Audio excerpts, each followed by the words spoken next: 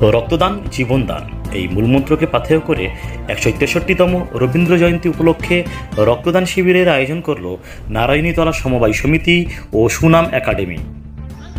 বুধবার দক্ষিণ ২৪ পরগনার মথুরাপুর ২ নম্বর ব্লকের সুভাষনগরে এই রক্তদান শিবির হয়। এদিন সকাল ১০টায় উদ্বোধনী সঙ্গীত ও রবীন্দ্র প্রতিকৃতিতে মাল্যদানের মাধ্যমে অনুষ্ঠানের শুভারম্ভ হয়। এরপর সমবায় সমিতি পরিচালিত স্কুল সুনাম একাডেমির ছাত্রছাত্রীদের নিয়ে সাংস্কৃতিক অনুষ্ঠান হয়। অনুষ্ঠানে স্কুলের প্রায় ২৫০ ছাত্রছাত্রী অংশগ্রহণ করে। বিকাল ৫টা থেকে কলকাতার ওম ব্লাড ব্যাংকের সহায়তায় রক্তদান শিবির হয়। এদিনের রক্তদান শিবিরে প্রায় শতাধিক গ্রামবাসী রক্তদান করেন।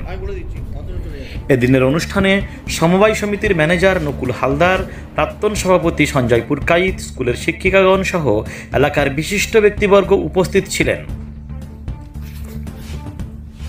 এখন আমাদের নারায়ণীতলা সমবায় সমিতিতে আজকের এক বিশেষ দিন, কবিগুরু রবীন্দ্রনাথ ঠাকুরের জন্মদিন। এই উপলক্ষে আমরা বিগত বছর রক্তদান শিবির করেছি, এবছর দ্বিতীয় বর্ষ। এই রক্তদান শিবির আমাদের চলছে। প্রায় ৫০-৬০ জন রোগী অলরেডি রক্ত দিয়েছে এবং যা আছে এখনো পর্যন্ত ডোনার, আশা করছি ১৫০ ছাপিয়ে যাবে। আজকের ওয়েদারটাও মোটামুটি ভালো পাচ্ছি আমরা। তো আমরা এই রক্তদান শিবিরের মাধ্যমে মুমূর্ষু রোগীদের রক্ত দিয়ে সাহায্য করতে চাই।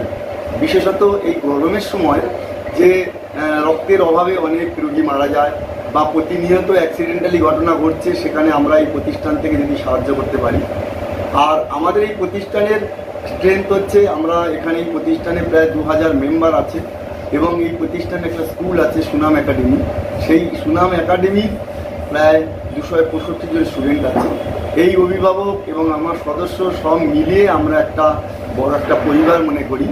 এই পরিবারের আমরা ঠিক একটা সময়ে আমরা তাদেরকে রক্ত দিয়ে সাহায্য করছি। আপনার নাম পরিচয়? আমি এই নারায়ণতলা সমবায় সমিতির ম্যানেজার।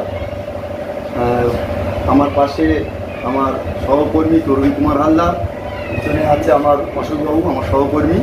আর আরেকজনকে আপনি দেখতে পাচ্ছেন, উনি হলেন এই প্রতিষ্ঠানের সঙ্গে বহুদিন জড়িত। উনি আমার প্রেসিডেন্ট, এক্স প্রেসিডেন্ট বর্তমানেও, উনি আমার সঙ্গেই সবসময়। Thank you.